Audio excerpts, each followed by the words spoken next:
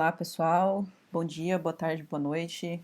Não sei em que horário vocês vão estar vendo isso. Meu nome é Ana Carla. Eu sou educadora física de formação, atuo como personal trainer, trabalho, meu público principal, meu público-alvo são os idosos, trabalho muito com envelhecimento. Sou especialista em fisiologia do exercício pela Zefid URGS. Sou mestre em engenharia biomédica pela PUC e no momento eu estou no meio do meu doutorado em neurociência translacional no Centro de Memória em parceria com a UFRJ. Vamos lá. Quando a gente fala sobre envelhecimento e exercício físico, a gente está buscando, está querendo dizer, está querendo se referir a um envelhecimento saudável, né? Lógico que o envelhecimento saudável não está relacionado só ao exercício físico, também está relacionado a uma boa alimentação e, enfim, a bons hábitos de vida. Segundo a Organização Mundial de Saúde, né, o envelhecimento saudável é o processo de desenvolvimento e manutenção da capacidade funcional que permite o bem-estar na velhice. Eu marquei dois termos aqui que eu gostaria de explicar melhor. Então, o que é capacidade funcional? É a capacidade de ser funcional no dia a dia, né? Capacidade de desenvolver atividades do cotidiano e ter cuidados básicos pessoais. Outro termo que eu grifei também foi o bem-estar na velhice. Por quê? Bem-estar na velhice não quer dizer que esse idoso seja totalmente saudável, né? Tanto que, tipo assim, totalmente livre de qualquer comorbidade, enfim. Então, o que a gente pensa por esse bem-estar na velhice? É um equilíbrio entre a enfermidade que esse idoso possa vir a ter e se essa enfermidade ela é bem controlada, ela não influencia no bem-estar, ela não influencia na qualidade de vida desse idoso. Então, ele tem esse bem-estar na velhice, apesar de qualquer enfermidade, tá? Que não necessariamente o idoso vai ter alguma doença. Idoso não é sinônimo de doença, mas é comum que na velhice a gente tenha aí mais comorbidades, enfim, pelo tempo de vida, né?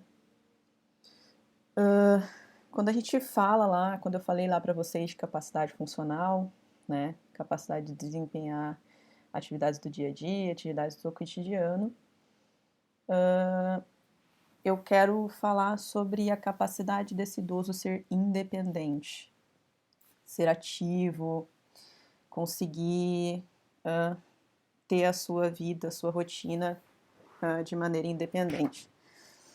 E qual é a importância da aptidão física? Por que eu estou falando aqui de aptidão física? Porque a aptidão física ela quer dizer que você é fisicamente apto para viver, para fazer as suas coisas, né? Que você tem uma boa capacidade funcional, você é funcional. E o que é essa aptidão física, então? É um conjunto de atributos relacionados à saúde, como resistência, flexibilidade, força, etc., né? Estão todos relacionados à nossa saúde, né? E agora eu vou dar para vocês aqui o que é cada um, mais explicadinho e depois vou mostrar para vocês onde a gente vai chegar. O que é resistência cardiorrespiratória? Ela é a capacidade do sistema respiratório e circulatório de disponibilizar energia e oxigênio durante a atividade física, né, para que esse músculo seja nutrido e seja bem receba um bom suporte para suportar aquela atividade física.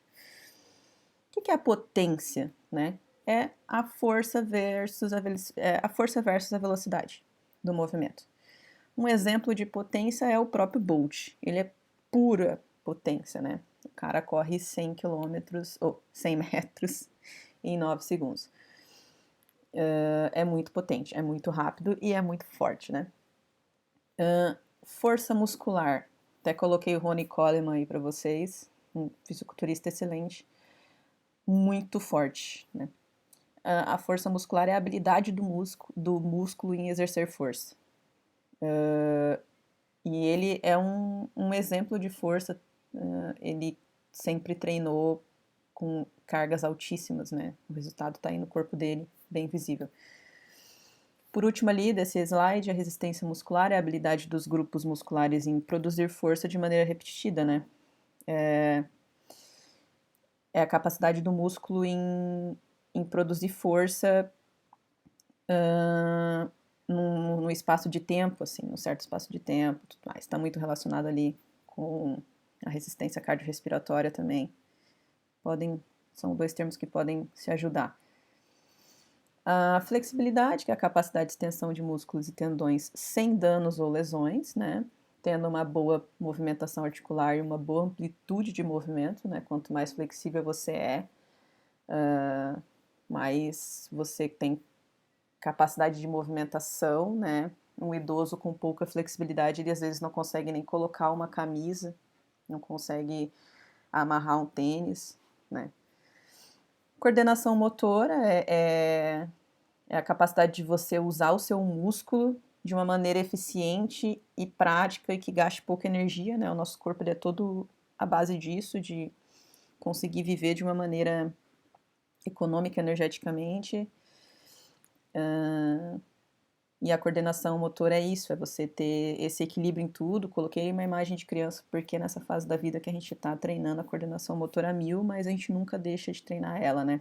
Um iniciante na musculação, ele vai ter que treinar essa capacidade aí motora para conseguir fazer alguns exercícios que estão relacionados ali à consciência corporal também. O tempo de reação é o tempo de um estímulo e é o tempo entre um estímulo e a resposta que o corpo dá desse estímulo. Então, ali é uma saída de base da natação. Para esses atletas, esse tempo de reação é muito importante, porque segundos definem uma prova dessa, né? Por fim, ali, equilíbrio, né? Equilíbrio é muito importante para evitar quedas, porque ele está relacionado com as forças que atuam no corpo e as características do corpo, né?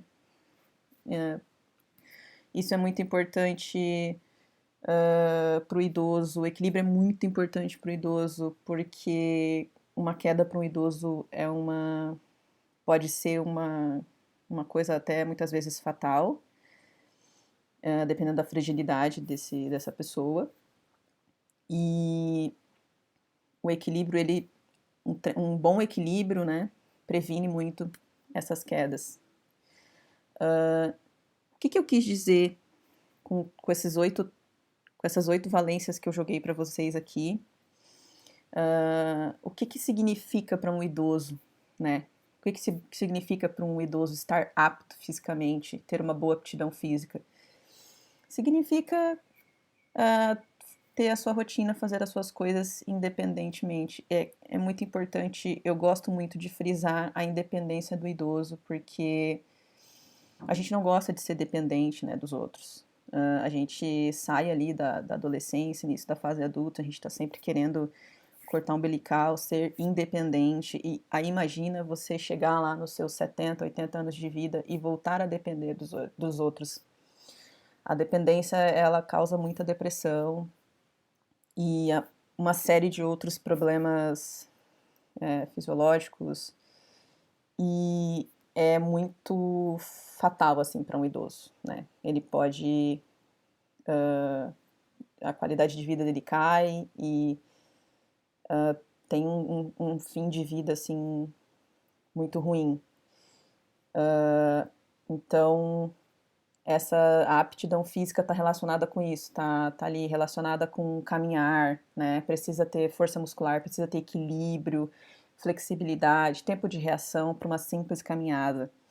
Precisa ter força, potência, resistência muscular para você levantar de uma cadeira. Nós aqui com uns 30, 40, 50 anos, fisicamente ativos, a gente não dá muita importância para isso.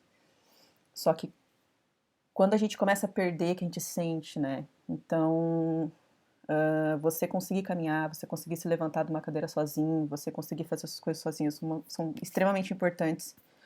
E a atividade física contribui muito para isso. Como treinar esses atributos, então? Com exercícios aeróbicos, né? Os exercícios aeróbicos melhoram resistência cardiorrespiratória, melhoram o fluxo sanguíneo central e periférico, melhora a capacidade de produção de energia por vias aeróbias. Tá ali, eu marquei esses três, eu queria dar uma ênfase para essas três frases, porque ali a gente pode ver assim um tratamento de doenças cardiorrespiratórias, tratamentos de doenças metabólicas que estão muito presentes na vida de muitos idosos, que é a diabetes, a hipertensão, problemas cardíacos, né, obesidade. Também os exercícios aeróbicos, muito diferente do que as pessoas pensam comumente, eles também melhoram a força muscular, principalmente quando são praticados em ciclo ergômetro. E também depende, ciclo ergômetro é a bike estacionária ali da academia. Melhora a força muscular também quando trabalhada a intensidade desse exercício, né? Então, os exercícios aeróbicos têm essa capacidade também. E os exercícios aeróbicos dão ao corpo a capacidade de suportar atividades prolongadas. E eu coloquei um exemplo ali, permanecer em pé numa fila por um determinado tempo. É muito importante a gente frisar de novo que a gente tem que se colocar no lugar de uma pessoa, de um idoso que chegou na sua velhice com hábitos de vida ruins que o fizeram chegar nessa velhice sedentário e ele começa a perder funcionalidade, ele começa a ficar dependente. Então, penso que é para uma pessoa dessa ficar em pé numa fila, né? Conseguir sustentar o seu corpo por, sei lá, 15, 20 minutos. É muito difícil, muito difícil. Se eu estivesse falando de um outro público, aqui eu daria um exemplo. Correr 21 quilômetros. Mas, como eu estou falando de idosos aqui, que pode ser também correr grandes distâncias. Não excluo isso aqui, né? A gente tem muito exemplo aí de pessoas que estão envelhecendo ou que já envelheceram de uma maneira extremamente ativa e correm ainda maratonas, 42 quilômetros, fazem aquelas travessias, caminhando 300 e poucos quilômetros, enfim. Mas aqui eu queria pegar um exemplo mais palpável, assim, que fizesse a gente entender melhor, né? Gosto muito dessa imagem, né, os 10 benefícios da corrida. Como disse lá, a corrida previne o aumento da pressão sanguínea, porque a corrida tem mecanismos de vasodilatação, entre outras, né, outras ações metabólicas e endócrinas que acontecem, mas ela tem esse potencial de diminuir, de manter o indivíduo normotenso, né, com uma pressão normal, por um espaço de tempo aí, tanto durante quanto após a prática, assim, né, mais após a prática. Então é perfeito para pessoas que têm pressão alta, lógico, né, sempre considerando, se a pessoa já tem pressão alta, a gente precisa tomar todos os cuidados com essa condição e aplicar o exercício, né, entendendo isso e colocando exercício para melhorar e não piorar a situação. Então, o educador físico precisa estar muito ligado na condição de saúde da pessoa. Perda de peso, né? Sabemos aí que o exercício aeróbico ele tem essa função de perda de peso por conta do gasto energético que ocorre durante a corrida, né?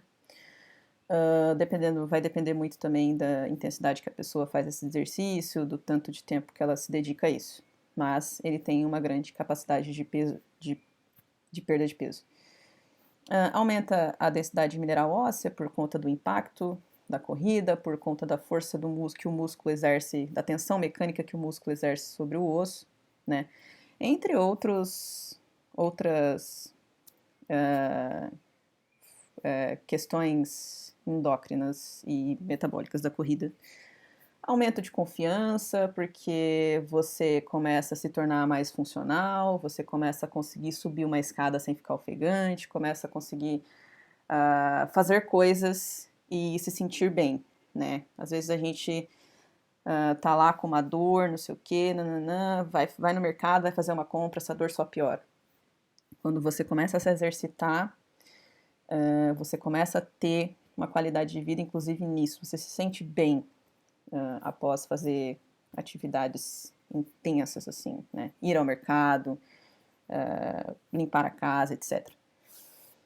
Melhora a saúde mental, né? Assim como para o corpo. Acho que quando a gente fala de exercício, a gente não pode falar só da parte muscular, óssea, etc. A gente tem muito o que falar do cérebro, o exercício é muito importante para o cérebro e a gente está tendo muitos exemplos disso. É importante para a memória, é importante para a saúde cerebral em geral. Então, não dá para a gente excluir, não dá para a gente deixar de falar do cérebro aqui. Diminui os efeitos da asma, melhora o sistema imune, melhora a força física, melhora a estabilidade e a força e a capacidade de produção de força do corpo, olhando mais para as articulações, né?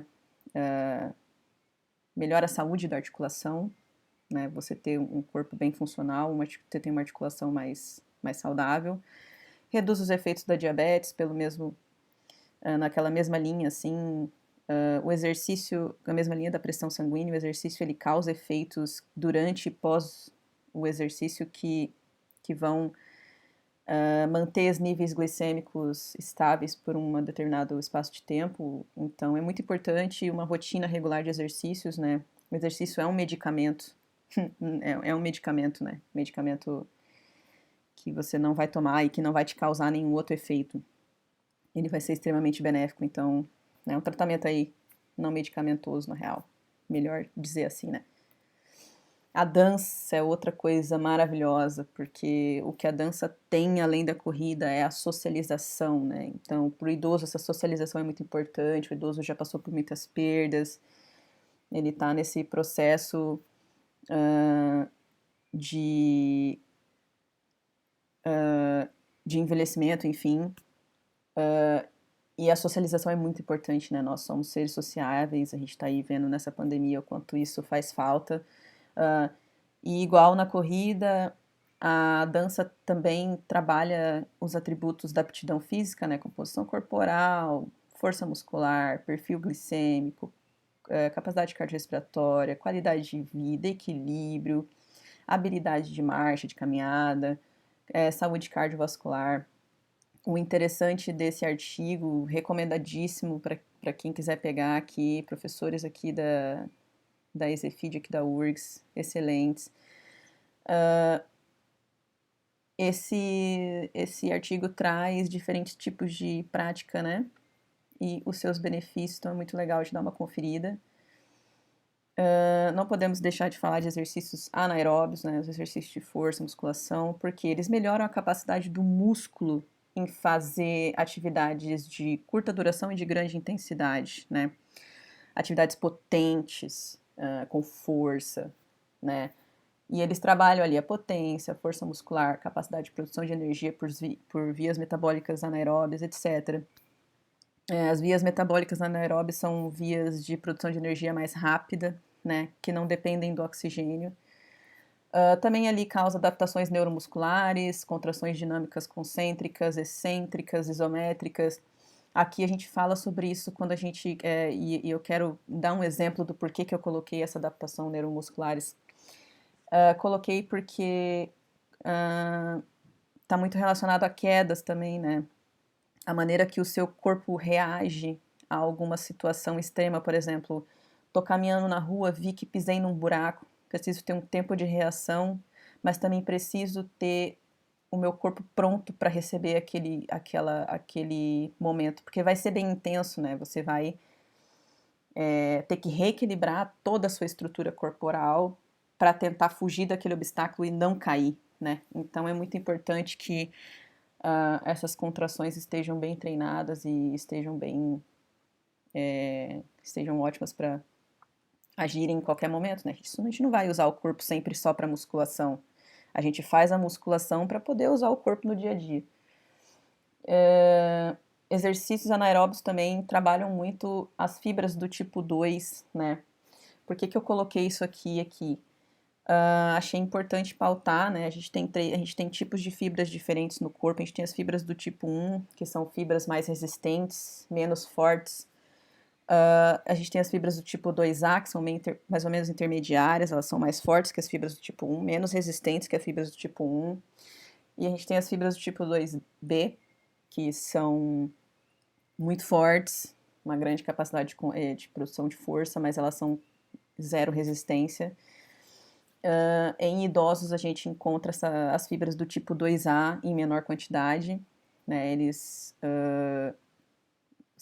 mantêm têm uma capacidade maior de manter as fibras do tipo 1, porque as fibras do tipo 1 também estão relacionadas à resistência e elas estão em musculatura, em grupamentos musculares que mantêm a postura, né, que são resistentes à gravidade, né, para manter a postura ereta, vencendo a gravidade.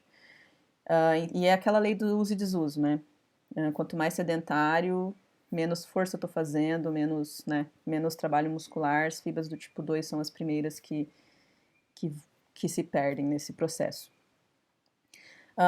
Os exercícios anaeróbicos, os treinamentos de força, de potência, são extremamente importantes para a prevenção e tratamento da fragilidade e para a saúde, né, e bem-estar ao longo da vida. Nunca é tarde para um idoso começar a se exercitar e esse exercício vai fazer bem para ele, entendeu? Por mais que ele comece ali com 80 e poucos anos já, com debilitado, mal, com as suas enfermidades, ele vai ter uma melhora significativa na qualidade de vida, independente de quantos anos ele tenha para frente. Ele vai ter uma melhora de qualidade de vida bem significativa quando ele começar a se exercitar. Por isso que é muito importante que o exercício seja feito independente de quando ele foi começado, entendeu? Agora eu vou trazer um tema bem polêmico aqui na área da educação física, né, que é o treino de potência para os idosos. Tem muita gente que tem ainda o idoso como aquela figura frágil, totalmente doente, e a gente sabe que isso é mentira. Não são todos. Isso a gente não pode generalizar, né? Eu sei que a gente acha bastante idosos aí que tem um acúmulo de enfermidades, mas não necessariamente. E foi aquilo que eu disse no início, né? O bem-estar na velhice, o envelhecimento saudável, não é você estar livre dessas enfermidades, dessas comorbidades. É você se sentir bem apesar delas, né? Então, o treino de potência para o idoso é extremamente importante porque ele é um treino que vai melhorar a produção de força muito mais rápido do que um treino tradicional, né? Ele é um treino muito viável para se fazer. Ele é muito fácil de se fazer, porque a gente, para treinar potência, a gente pode simplesmente agachar e saltar. Agachar e saltar. Quando você salta, você está sendo potente, os músculos da sua perna estão precisando fazer uma força numa velocidade mais rápida, então é uma explosão, uma potência. E essa potência, ela é uma coisa que diminui muito rápido, né? Na população de idosos, está muito relacionado com os tipos de fibra que eu disse antes, com o próprio processo de envelhecimento. A produção de força muscular e o desenvolvimento da taxa de força estão associados com a capacidade de fazer as atividades físicas, as atividades de vida diária, né? Estão relacionadas com a capacidade funcional desses idosos, tanto em idosos saudáveis quanto frágeis. E aquilo que eu tinha dito, né? Treinar potência é mais eficaz do que o treinamento de força tradicional, né? Mas quando eu digo isso, eu preciso fazer um parênteses. Esse treino de potência ele precisa ser muito bem pensado, muito bem estruturado, porque assim, a gente considera a musculação um dos exercícios mais seguros, né? Que tem menos número de lesões e tal. Mas, quando bem feito, quando bem programado, né?